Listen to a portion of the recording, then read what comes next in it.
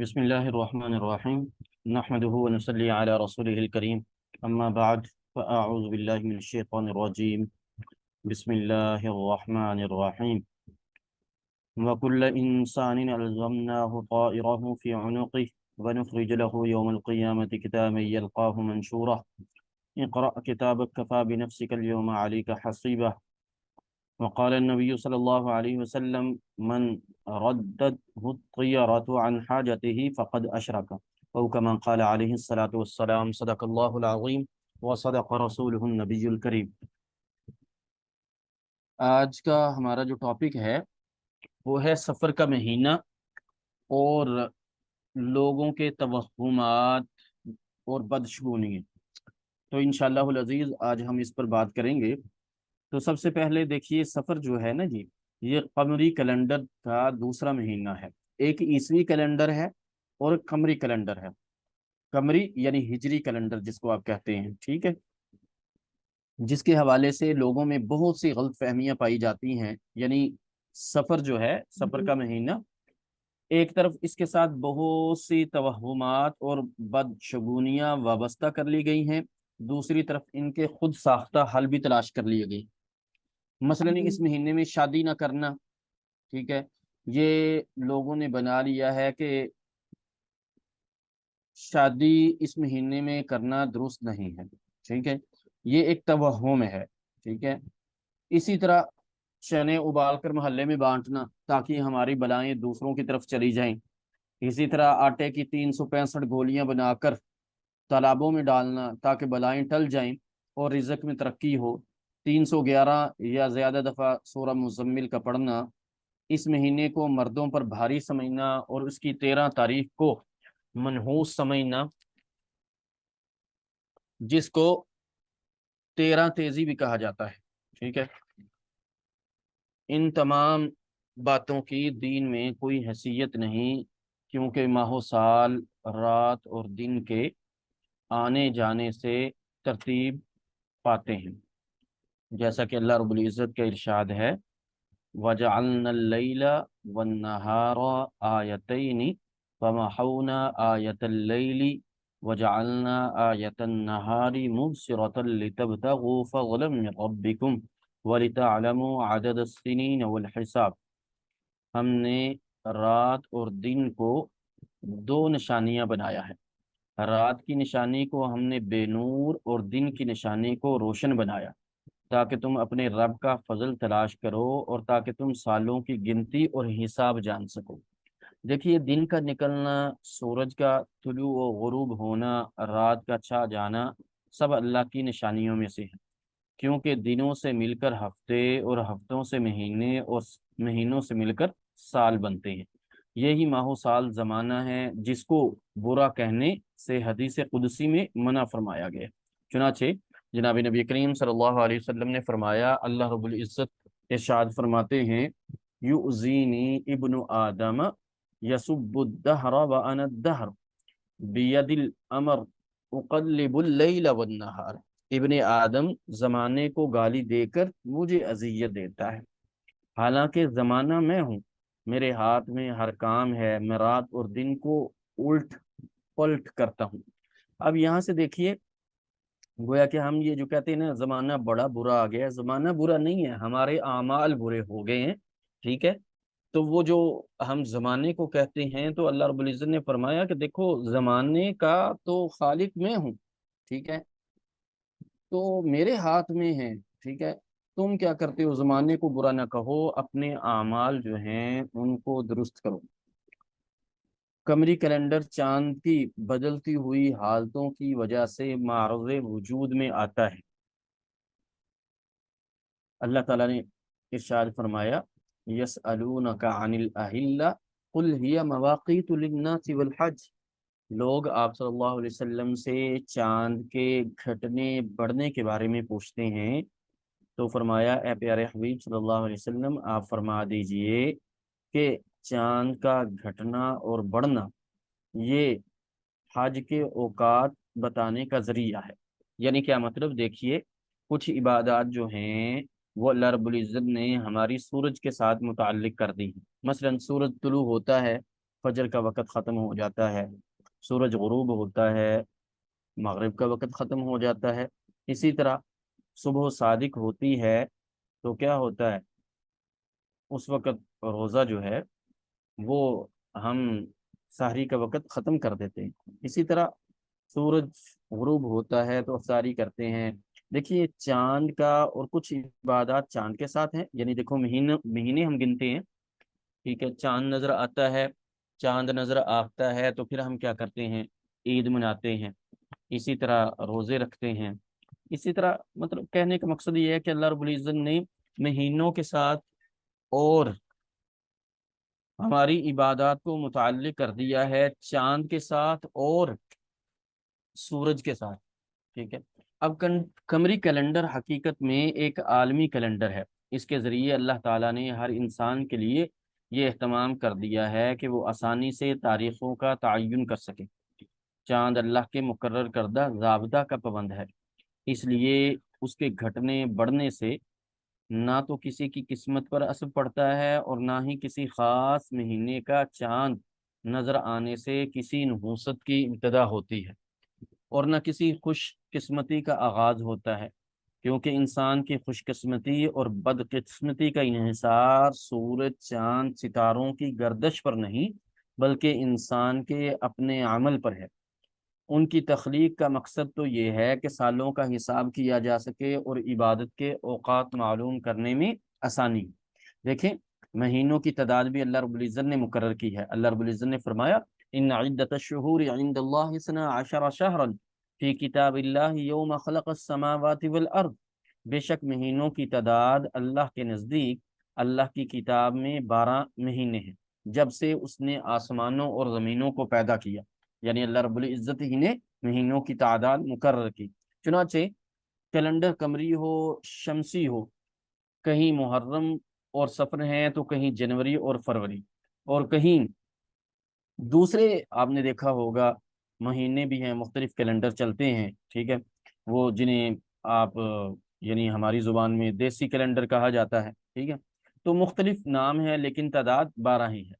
سفر وہ مہینہ ہے جس میں رسول اللہ صلی اللہ علیہ وسلم نے معمول کی عبادت کے علاوہ نہ کوئی خاص عبادت کی، نہ ہمیں اس کا حکم دیا اور نہ ہی کسی خاص بلا سے بچنے کے لیے خبردار کی۔ توہمات اور شگون جو اس ماہ سے منسوب کیے گئے ہیں ان کی کوئی حقیقت نہیں۔ دیکھیے عربوں کے ہاں اس ماہ سے متعلق جو غلط تصورات پائے جاتے تھے اس کی بنیادی وجہ یہ تھی کہ عرب حرمت کی وجہ سے یعنی 3 ماہ جو تھے ذوالقعدہ، ذوالحجہ اور محرم میں جنگ و جدال سے باز رہتے اور انتظار کرتے کہ یہ پابندیاں ختم ہوں تو وہ نکلیں اور لوٹ مار کریں، لہٰذا سفر شروع ہوتے ہی وہ لوٹ مار، راہزنی اور جنگ و جدال کے ارادے سے جب گھروں سے نکلتے تو ان کے گھر خالی رہ جاتے۔ یوں عربی میں یہ محاورہ سفر المکان، گھر کا خالی ہونا، معروف ہو گیا۔ سفرون اور صفر کے معنی ہے، صفر بھی جو ہم کہتے ہیں خالی ہونا، جیسے صفر کا ہندسہ عربی میں کہتے ہیں بیتن صفر من المتاع، گھر سامان سے خالی ہو گیا۔ تو اب مشہور محدث اور تاریخ دان علامہ سخاوی رحمہ اللہ نے اپنی کتاب المشہور فی اسماء الایام والشہور میں نا ماہ سفر کی وجہ تسمیہ یہی لکھی ہے کہ سفر کے مہینے کو سفر کیوں کہا جاتا ہے کہ عربوں نے جب دیکھا کہ اس مہینے میں لوگ قتل ہوتے ہیں اور گھر برباد یا خالی ہو جاتے ہیں تو انہوں نے اس سے یہ شگون لیا کہ مہینہ ہمارے لیے منحوس ہے اور گھروں کی بربادی اور ویرانی کی اصل وجہ پر غور نہ کیا اور نہ ہی اپنے عمل کی خرابی کا احساس کیا، نہ لڑائی جھگڑے اور جنگ و جدال سے خود کو باز رکھا بلکہ اس مہینے ہی کو منحوس ٹھہرا دیا۔ جبکہ نحوست کے بارے میں قرآن کریم میں کیا ارشاد اللہ رب العزت نے فرمایا وَكُلَّ إِنسَانٍ أَلْزَمْنَاهُ طَائِرَهُ فِي عُنُقِهِ، ہر انسان کا شگون ہم نے اس کے گلے میں لٹکا رکھا ہے۔ وَنُخْرِجُ لَهُ يَوْمَ الْقِيَامَةِ كِتَابًا يَلْقَاهُ مَنشُورًا، اور قیامت کے روز ہم ایک کتاب اس کے لیے نکالیں گے جسے وہ کھلا ہوا پائے گا۔ اب کیا کہا جائے گا، اقرأ کتابک، پڑھ اپنا نامہ اعمال، کفا بنفسک اليوم علیک حسیبا، آج اپنا حساب لگانے کے لیے تو خود ہی کافی ہے۔ یعنی مطلب یہ ہے کہ اللہ رب العزت ہمیں بتا رہے ہیں کہ ہم میں سے ہر شخص کیا ہے؟ مصنف ہے، وہ ایک کتاب لکھ رہا ہے، ٹھیک ہے، ہم میں سے ہر شخص ایک کتاب لکھ رہا ہے، جو کتاب قیامت والے دن اس طرح ہمارے سامنے کی کر دی جائے گی کہ خود انسان کہے گا ما لہذا الکتاب، اس کتاب کو کیا ہو گیا ہے، لا یغادر صغیرہ ولا کبیرہ، اس نے تو ہماری چھوٹی سے چھوٹی بات اور بڑی سے بڑی بات جو ہے وہ لکھ ڈالی۔ تو یہ آیت واضح کرتی ہے کہ انسان کی نحوست کا تعلق اس کے اپنے عمل سے ہے، جبکہ انسان عموماً یہ سمجھتا ہے کہ نحوست کہیں باہر سے آتی ہے، چنانچہ وہ کبھی کسی انسان کو، کبھی کسی جانور کو، کبھی کسی عدد کو، اور کبھی کسی مہینے کو منحوس قرار دینے لگتا ہے۔ عربی میں نحوست کے لیے لفظ طیاراتن استعمال ہوتا ہے، جو طیرن سے نکلا ہے، جس کے معنی پرندے کے ہیں۔ عرب چونکہ پرندے کے اڑانے سے فال لیتے تھے، اس لیے طائر بدفعلی کے لیے استعمال ہونے لگا، یعنی برا شگون لینا۔ اسلام میں کوئی دن، جگہ یا انسان منحوس نہیں، بلکہ وہ انسان کا اپنا طرز عمل، رویہ، اخلاق اور طریقہ ہوتا ہے، جو اس کے لیے مختلف آزمائشوں کا سبب بن جاتا ہے۔ یعنی کسی مہینے کا آنا آزمائش کا سبب نہیں، بلکہ ہمارے اعمال جو ہیں وہ سبب بنتے ہیں۔ چنانچہ اللہ رب العزت نے فرمایا ما اصابک من حسنۃ فمن اللہ، کوئی بھلائی جو تمہیں پہنچے وہ اللہ کی طرف سے ہے، وما اصابک من سیئۃ فمن نفسک، اور کوئی برائی جو تمہیں پہنچے وہ تمہارے اپنے اعمال کا نتیجہ ہے۔ ایسا شخص جو برا شگون لیتا رہا، اس کے بارے میں برا شگون سے کیا مراد ہے؟ سب سے پہلے یہ یاد رکھیں، جو ہم بار بار یہ کہتے ہیں بدفعلی لینا، برا شگون کیا برے شگون کا مطلب یہ ہے کہ کسی چیز کو، کسی مخلوق کو، کسی وقت کو مؤثر بالذات سمجھنا، نفع اور نقصان کے بارے میں، نفع اور نقصان کے بارے میں کسی چیز کو مؤثر بالذات سمجھنا، یہ کیا ہے؟ برا شگون لینا ہے یا اچھا شگون لینا ہے، یعنی نفع اور نقصان کی نسبت کسی مخلوق کی طرف کرنا، یہ ہے شگون لینا، چاہے وہ اچھا لیں، لیکن یہ کیا ہے؟ شرک ہے، یہ کیا ہے؟ شرک ہے۔ چنانچہ جناب نبی کریم صلی اللہ علیہ وسلم نے فرمایا من ردت الطیارۃ من حاجت فقد اشرکہ، جو کسی چیز سے بدفعلی پکڑ کر اپنے مقصد سے لوٹ آیا، فقد اشرکا، اس نے شرک کیا۔ اب یہ دیکھیے، اب آپ صلی اللہ علیہ وسلم نے ہمیں بتا دیا، مثلا بعض لوگ جو ہیں وہ کیا کرتے ہیں، گھر سے نکلتے ہوئے بلی راستہ کاٹ جائے تو کہتے ہیں کہ آج لگتا ہے کوئی معاملہ ٹھیک نہیں رہے گا، واپس آ جاتے ہیں۔ تو اسی کو نبی کریم صلی اللہ علیہ وسلم نے فرمایا کہ اگر کسی کو کسی مقصد سے، کسی چیز نے، کسی مخلوق کی وجہ سے وہ لوٹا ہے، فقد اشرکا، اس نے شرک کیا۔ کیوں؟ اس لیے کہ اس نے اس مخلوق کو نفع اور نقصان کا مالک سمجھا، حالانکہ مخلوق سے کچھ نہ ہونے کا یقین اور اللہ سے سب کچھ ہونے کا یقین، یہ کیا ہے؟ ایمان ہے۔ اب جب صحابہ کرام رضوان اللہ تعالی علیہم اجمعین نے یہ سنا تو عرض کی یا رسول اللہ صلی اللہ علیہ وسلم ما کفارۃ ذالک، اے اللہ کے رسول صلی اللہ علیہ وسلم، اگر کسی سے خدا نخواستہ یہ غلطی ہو جائے تو پھر اس کا کفارہ کیا ہے؟ تو آپ صلی اللہ علیہ وسلم نے فرمایا ایک تو توبہ کرے، اور دوسرا یہ کہے اللہم لا خیر الا خیرک، اے اللہ تیری دی ہوئی بھلائی کے سوا کوئی بھلائی نہیں، ولا طیر الا طیرک، اور تیری فعال کے سوا کوئی فعال نہیں، ولا الہ غیرک، اور تیرے علاوہ کوئی معبود نہیں۔ مثال کے طور پر ایک شخص گھر سے نکلا، کالی بلی راستہ کاٹ گئی تو اس نے اسے منحوس سمجھا اور گھر واپس آ گیا۔ بظاہر یہ ایک معمولی سی بات ہے، مگر حقیقت میں یہ شرک ہے، کیونکہ کسی بھی شخص کا نفع نقصان بلی کے ہاتھ میں نہیں۔ اکثر ایسا ہوتا ہے کہ اپنی لاپرواہی کی وجہ سے کوئی کام خراب ہو جاتا ہے، اور شیطان ہمیں یہ سجھاتا ہے کہ یہ ساری خرابی فلاں شخص کی وجہ سے ہوئی، کیونکہ وہ صبح صبح نظر آ گیا۔ اب یہ دیکھیں، عموماً ہمارے معاشرے میں کیا کہتے ہیں، دیکھیں کتنی بری بات ہے، یہ کہا جاتا ہے کہ یار آج فلاں آدمی کا نا چہرہ میں نے دیکھ لیا تھا، اس سے ملاقات ہوگی تو آج سارا دن ہی خراب گزرے۔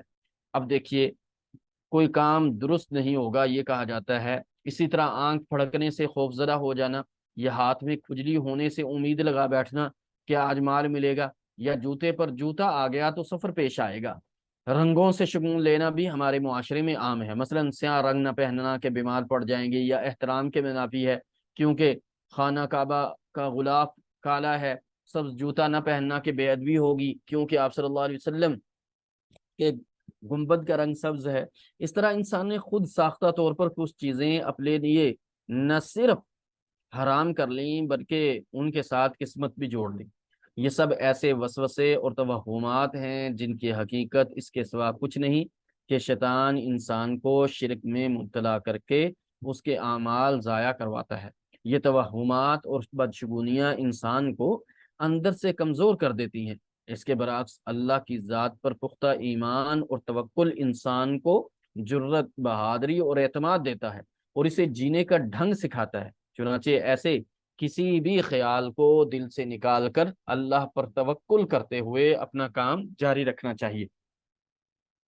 حضرت عبداللہ ابن مسعود رضی اللہ تعالیٰ عنہ سے روایت ہے کہ جناب نبی کریم صلی اللہ علیہ وسلم نے فرمایا الطیرۃ شرک، بدشگونی شرک ہے، الطیرۃ شرک، بدشگونی شرک ہے، سلاسن وما منا الا ولکن اللہ یذہبہ بالتوکل، 3 بار کہا آپ صلی اللہ علیہ وسلم نے، ہم میں سے کوئی ایسا نہیں اسے وہم ہو جاتا ہے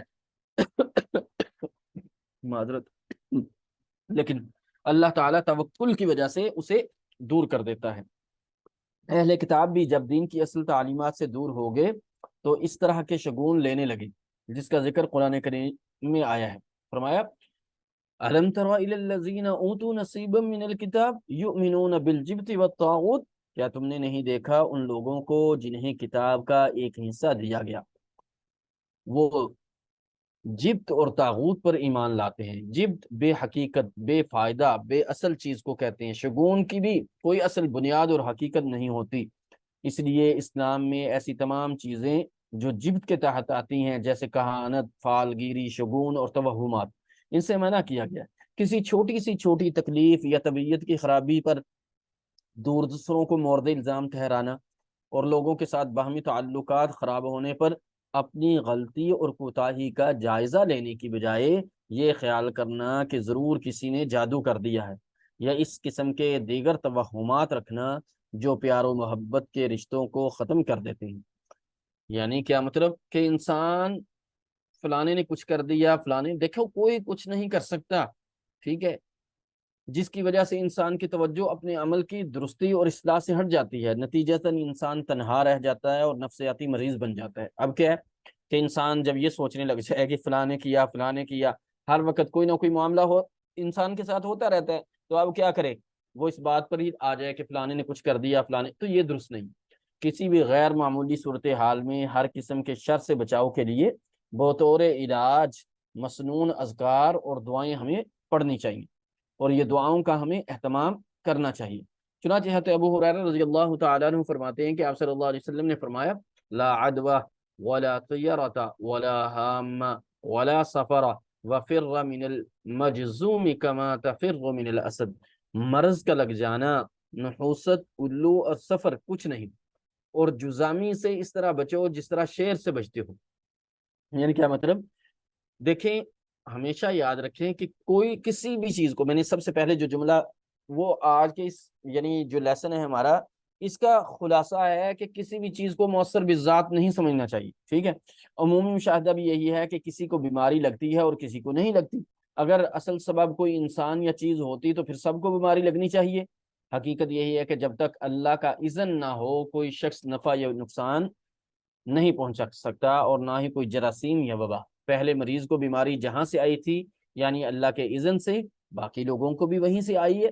البتہ انسانی احتیاط کا دامن نہ چھوڑے کیونکہ تدبیر اختیار کرنے کا حکم بھی اللہ ہی نے دیا ہے، البتہ بھروسہ اور توکل صرف اللہ کی ذات پر ہونا چاہیے، ٹھیک ہے۔ اسی طرح دیکھیے الو سے بدشگونی لینے کی بھی کوئی حقیقت نہیں۔ عربوں کے ہاں الو ایک ایسا پرندہ تھا جس کا بولنا نحوست کی علامت تھی، جبکہ مغرب میں الو عقل مندی کی علامت سمجھا جاتا ہے۔ ہمارے ہاں بلی کا رونا یا بولنا منحوس سمجھا جاتا ہے۔ اسی طرح اہل یورپ 13 کے عدد کو منحوس سمجھتے ہیں۔ اسی توہم پرستی کے نتیجے میں ان کی بعض عمارتوں میں 13ویں منزل کو 13 کا نمبر نہیں دیا جاتا، اس کے اثرات ہم پر بھی ہیں، خصوصاً سفر کی 13 تاریخ کو منحوس سمجھتے ہیں ہم۔ اس کے برعکس چین میں خوش قسمتی کی علامت سمجھی جاتی ہے۔ عدد 13 کا ہی ہے، مگر بعض اس کو منحوس اور بعض خود خوش قسمتی کی علامت سمجھتے ہیں۔ تو درست کیا ہے؟ حقیقت یہی ہے کہ یہ جبت ہیں، یعنی بے حقیقت باتیں ہیں اور توہمات ہیں۔ حضرت جابر رضی اللہ تعالیٰ عنہ بیان کرتے ہیں کہ میں نے نبی کریم صلی اللہ علیہ وسلم سے سنا، لا عدوہ ولا سفر ولا غولہ، مرض کا لگ جانا، سفر کا مہینہ اور بھوت پریت کچھ نہیں ہے۔ حضرت ابو ہریرہ رضی اللہ تعالیٰ عنہ سے روایت ہے، نبی کریم صلی اللہ علیہ وسلم نے فرمایا، لا عدوى ولا حام ولا نوء ولا سفر، کوئی بیماری متعدی نہیں، نہ الو کا نکلنا کچھ ہے، نہ کسی ستارے کی کوئی تاثیر ہے، نہ سفر کا مہینہ منحوس ہے۔ معلوم ہوا کہ زندگی میں پیش آنے والے واقعات کو مختلف ستاروں کے اثرات سمجھنا یا ان سے نحوست لینے کی کوئی حقیقت نہیں۔ ذائچے بنوانا، بعض تاریخوں کو منحوس سمجھنا، یہ سب وہمی اور خیالی باتیں ہیں۔ اور یاد رکھیں، دیکھیں کتنی عجیب بات ہے کہ اخباروں پر کیا لکھا ہوتا ہے جی، یہ ہفتہ کیسے گزرے گا، انا للہ و انا الیہ راجعون۔ بھائی ایک سیکنڈ کا نہیں پتا کہ بعد میں کیا ہونے والا ہے، ٹھیک ہے؟ یہ بتا رہا ہے کہ ہفتہ کیسے گزرے گا۔ اللہ کے علاوہ کسی کو کسی بات کا علم نہیں، ٹھیک ہے؟ اور کوئی نہیں بتا سکتا آپ کو۔ بعض لوگ اب دیکھیں یہاں تک عقائد خراب ہو گئے ہیں، اگر کسی گھر میں چوری ہو، مجھے وہ فون آیا جی، کہنے لگے جی چوری ہو گئی ہے، تو سنا ہے کہ بعض لوگ جو ہے نا وہ چوری کا سارا معاملہ بتا دیتے ہیں۔ دیکھیے یاد رکھیں، یہ بھی شرک ہے کہ اگر آپ سمجھتے ہیں کہ فلاں آدمی احوال کو جانتا ہے، غیب کا علم صرف اللہ کو ہے، ٹھیک ہے؟ تو دیکھیے اپنے عقائد کو درست رکھیے۔ حضرت زید بن خالد رضی اللہ تعالیٰ عنہ سے روایت ہے کہ آپ صلی اللہ علیہ وسلم نے ہمیں حدیبیہ میں صبح کی نماز پڑھائی۔ اب یہ واقعہ بارش کے بعد کا ہے جو رات کو ہوئی تھی۔ جب آپ صلی اللہ علیہ وسلم نماز سے فارغ ہوئے تو لوگوں کی طرف متوجہ ہوئے اور فرمایا، کیا تم جانتے ہو تمہارے رب نے کیا کہا؟ صحابہ کرام رضوان اللہ تعالی علیہم اجمعین نے عرض کیا، اللہ اور اس کا رسول صلی اللہ علیہ وسلم بہتر جانتے ہیں۔ آپ صلی اللہ علیہ وسلم نے فرمایا، اللہ تعالیٰ فرماتا ہے، میرے بندوں نے اس حال میں صبح کی کہ کچھ مجھ پر ایمان لانے والے تھے اور کچھ میرے ساتھ کفر کرنے والے تھے۔ جس نے یہ کہا کہ اللہ کے فضل اور اس کے رحمت سے ہم پر بارش ہوئی، پس وہ مجھ پر ایمان لانے والا اور ستاروں کا کفر کرنے والا ہے۔ اور جس نے کہا فلاں ستارے کی وجہ سے بارش ہوئی، پس وہ میرے ساتھ کفر کرنے والا ہے اور ستاروں پر ایمان لانے والا ہے۔ گویا ستاروں کو اپنی خوش قسمتی یا بد قسمتی کی علامت سمجھنا انسان کو کفر تک پہنچا دیتا ہے۔ البتہ اچھی چیزوں کو اپنے لیے خوش بختی کی علامت سمجھنے میں کوئی حرج نہیں ہے، یعنی اچھی چیزوں کو اچھا گمان کرنا وہ یعنی حرج نہیں ہے۔ جیسے آپ صلی اللہ علیہ وسلم نے فرمایا، لا عدوى ولا طیرۃ ویعجبنی الفعل الصالح الکلمۃ الحسنہ، کوئی مرض متعدی نہیں، نہ بدفعلی کی کوئی چیز ہے، نیک فعل یعنی اچھا کلمہ مجھے پسند ہے، اچھا کلمہ مجھے پسند ہے۔ مثلا رسول اللہ صلی اللہ علیہ وسلم نے صبح حدیبیہ کے موقع پر اہل مکہ کے نمائندے سہیل بن عمر کے آنے پر فرمایا تھا، اب تمہارا معاملہ سہل ہو گیا، اب تمہارا معاملہ سہل ہو گیا، یعنی سہیل کے آنے سے نا۔ سوچنے کی بات یہ ہے کہ اتنے واضح احکامات کے باوجود ہمارے معاشرے میں یہ بدشگونیاں عام کیوں ہیں؟ تو اس کی بہت بڑی وجہ جو ہے نا وہ موضوع روایات کا عام ہونا ہے، یعنی موضوع احادیث کا عام ہونا ہے۔ مثلا ایک یہ حدیث بیان کی جاتی ہے، من بشرنی بخروج السفر بشرتہ جنہ، جو شخص مجھ کو ماہ سفر گزر جانے کی بشارت دے گا میں اس کو جنت کی بشارت دوں گا۔ یہ حدیث نہیں بلکہ ایک من گھڑت بات ہے۔ چنانچہ اس مہینے میں شادی کرنے سے گریز کرنا، بچے کا عقیقہ نہ کرنا یا دیگر تقریبات نہ منانا اسلامی طرز عمل نہیں۔ اسی طرح 13 تاریخ کو کھانے یا کھلانے کی بھی کوئی سند نہیں، 365 آٹے کی گولیاں تالابوں میں پھینکنے کی بھی کوئی حقیقت نہیں۔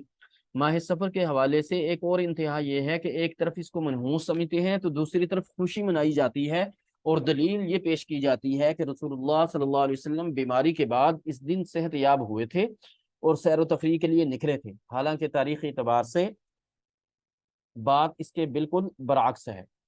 چنانچہ فبدأ برسول اللہ صلی اللہ علیہ وسلم وجعہ الذی قبضہ اللہ فیہ، پس رسول اللہ صلی اللہ علیہ وسلم کی اس بیماری کی ابتدا ہوئی جس میں اللہ تعالیٰ نے آپ کو اپنے پاس بلا لیا۔ یعنی کیا مطلب؟ اب دیکھیے، اب یہ اس من گھڑت بات کو بنیاد بنا کر اس مہینے کی آخری بدھ کو چھٹی کی جاتی ہے، کاروبار بند کر دیے جاتے ہیں، خصوصاً ہاتھ سے کام کرنے والی کاریگر اور مزدور لوگ چھٹی مناتے ہیں اور مٹھائی کا مطالبہ کرتے ہیں، باقاعدہ مٹھائی بانٹی جاتی ہے۔ اس دن چھٹی دینا باعث اجر و ثواب سمجھا جاتا ہے۔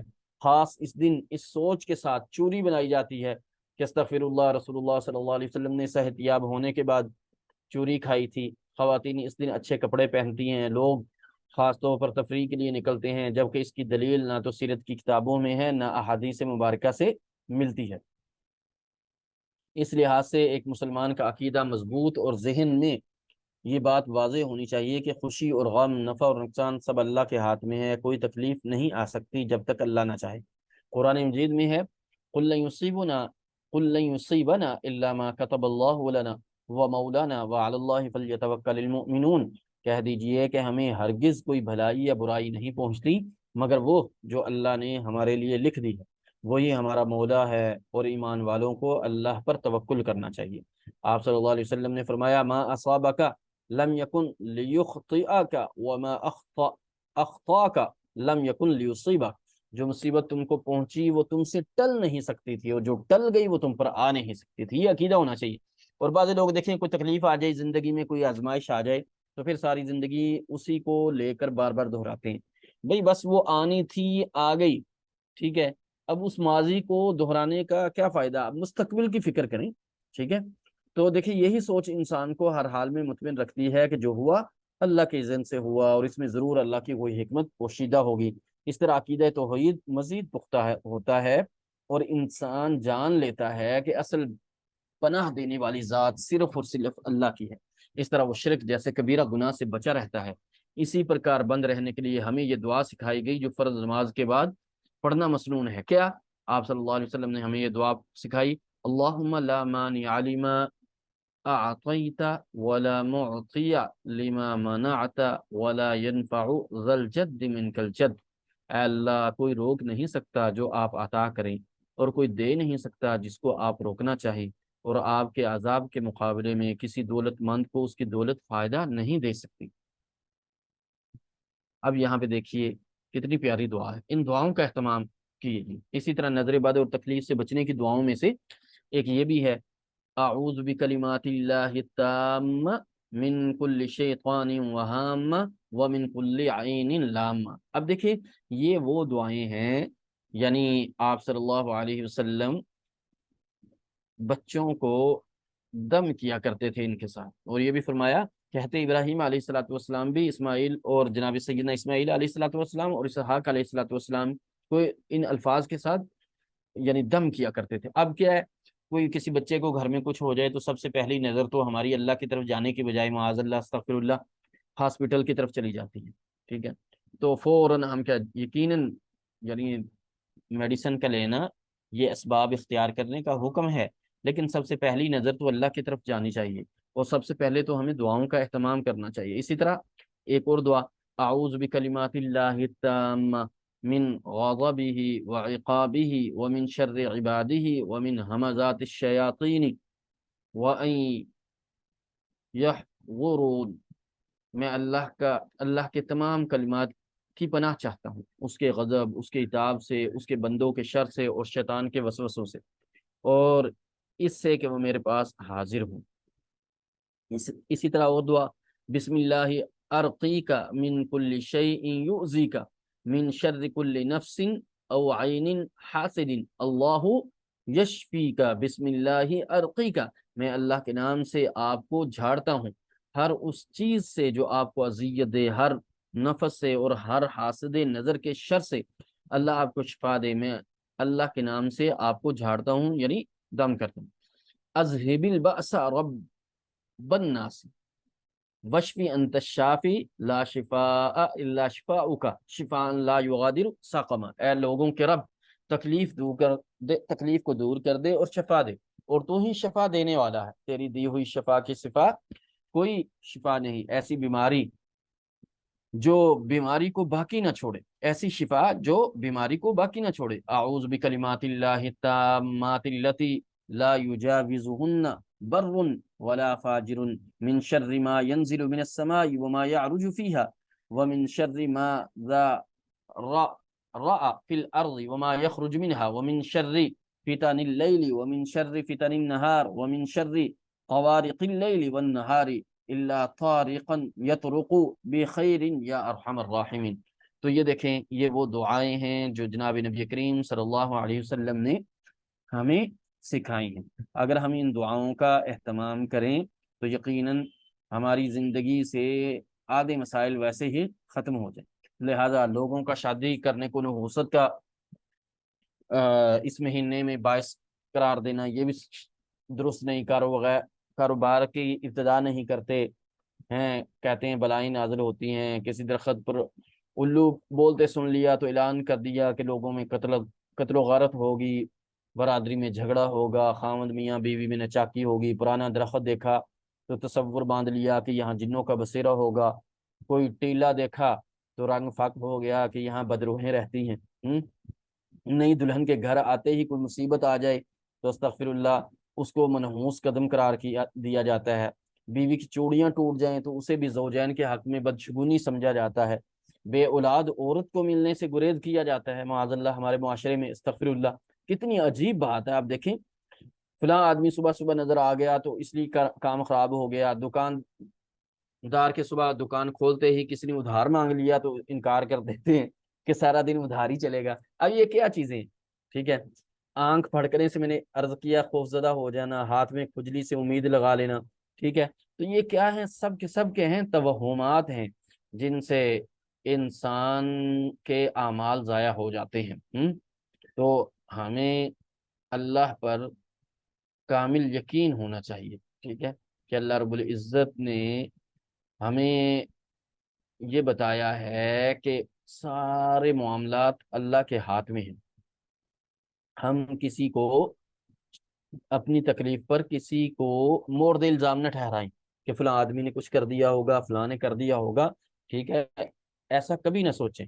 اسی طرح دیکھیں اللہ معاف فرمائے، فٹ پاتھوں پر پامسٹ بیٹھے ہوئے ہیں، ٹھیک ہے، انہوں نے لکھا ہوتا ہے قسمت کا حال دریافت کیجیے۔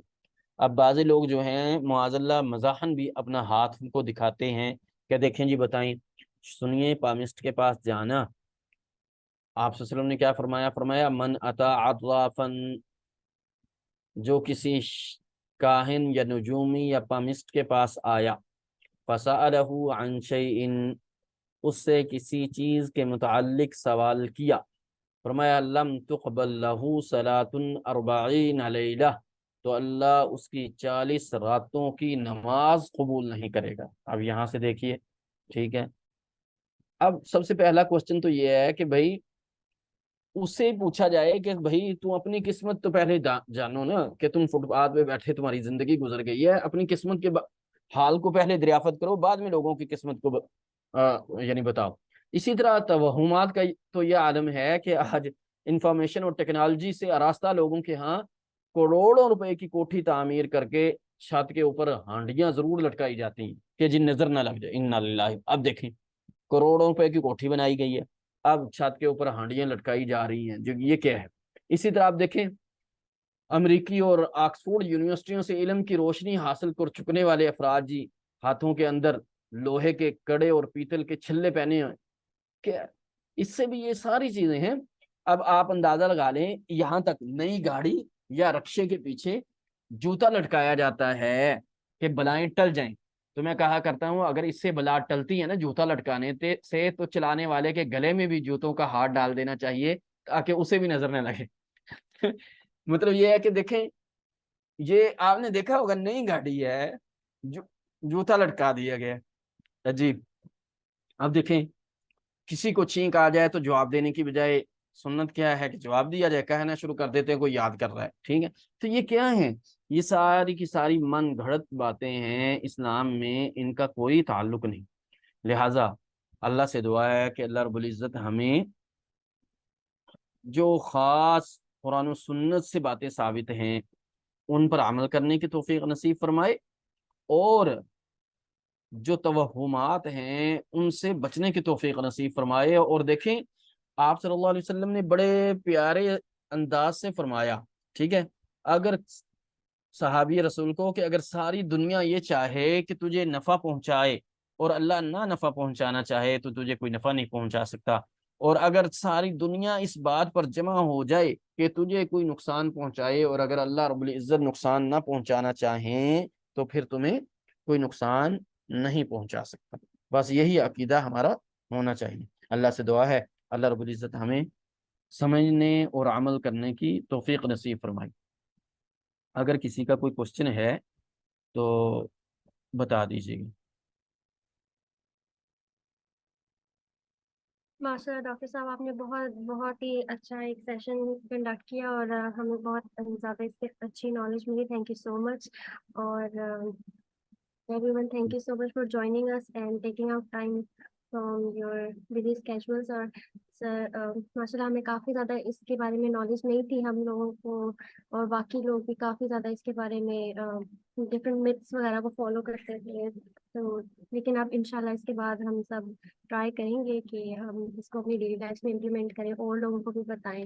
اور اگر کسی کا بھی کوشچن ہے تو پلیز آپ چیٹ باکس میں کر سکتے ہیں، سر آپ کے ضرور جواب دیں گے انشاءاللہ۔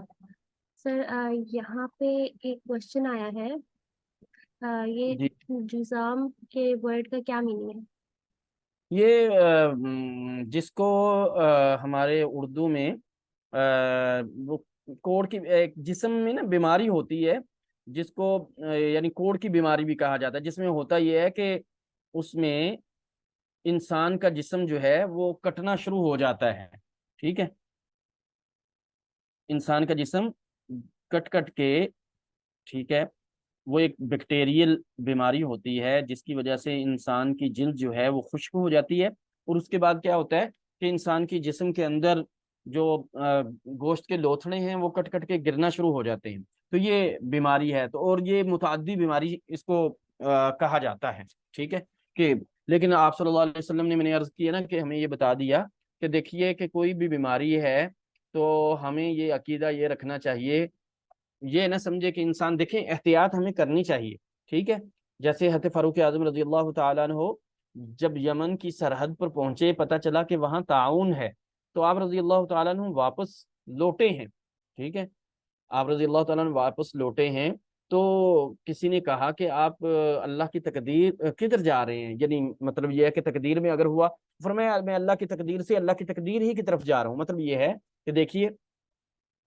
سب سے پہلے یہ نظریہ ہونا چاہیے کہ اگر سب سے پہلی جس آدمی کو بیماری لگی ہے وہ کہاں سے لگی ہے، تو وہ بھی تو ظاہر ہے ایسے ہی لگی ہے، تو جب دوسرے انسان کو لگی ہے تو وہ بھی یہی سمجھے کہ مجھے بھی اللہ ہی کی طرف سے، اللہ کے حکم سے لگی ہے، ٹھیک ہے، کوئی دوسرا آدمی یعنی مؤثر نہیں ہوا مجھے بیماری لگانے میں، ٹھیک ہے، تو آگے سمجھیے جزام اس کو کہتے ہیں، عربی کا یہ ورڈز ہے، ٹھیک ہے، جس کے اندر یہ ایک ایسی بیماری ہے کہ جس سے جسم کے اندر وہ یعنی جسم سے گوشت گرنا شروع ہو جاتا ہے۔